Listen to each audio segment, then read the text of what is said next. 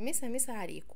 النهارده قلنا نجيب اليمام بقى ونعمله قدامكم كده، بدل ما احنا نزلناه لكم فيديو صغير، لا ده احنا نعمله ونمشي واحده واحده ونعمل مع بعض كمان اللوبيا.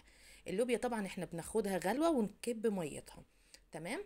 انا معايا دلوقتي توم عشان اللوبيا، معايا بصل علشان برضو اللوبيا، ومعايا بصل عشان هنحشي اليمام بتاعنا.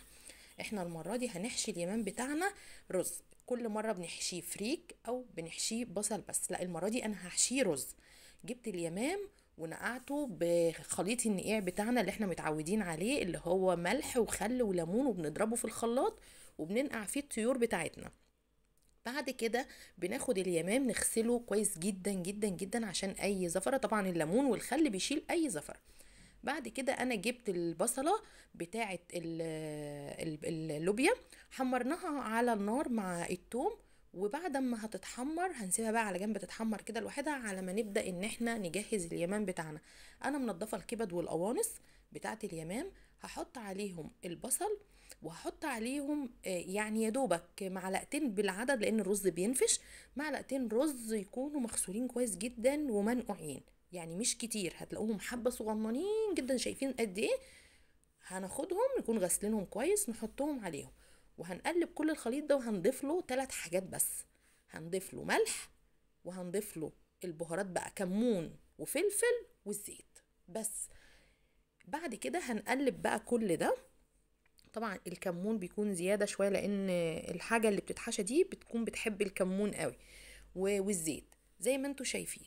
بعد كده بتكون البصلة اتحمرت، بنحط اللوبيا اللي هي مفروض مسلوقة، وبنزل عليها بمعلقة صلصة او معلقة ونص حسب ما تحبي، والمية، وبنحط مكعب المرقة والفلفل، وبسيبها على جنب لما تستوي خالص.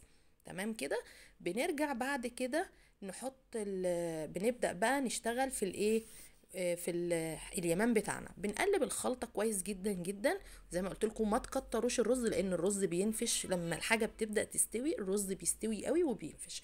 بعد كده بنقفل، بنحط الرجول عكس عكاس كده في اللي هي بطن اليمامه زي ما انتوا شايفين. بنخلص الكميه كلها، بنبدا نحط في الحله زيت، اللي ما عندوش مستكه بنحط حبه ملح صغننين في الزيت والحبهان، وبعد كده بنشوح، وبنبدأ نحط المية بتاعتنا، بنحط ورق اللورة، وبنظبط الملح بتاعنا وبنغطيه وبنسيبه لما يستوى خالص.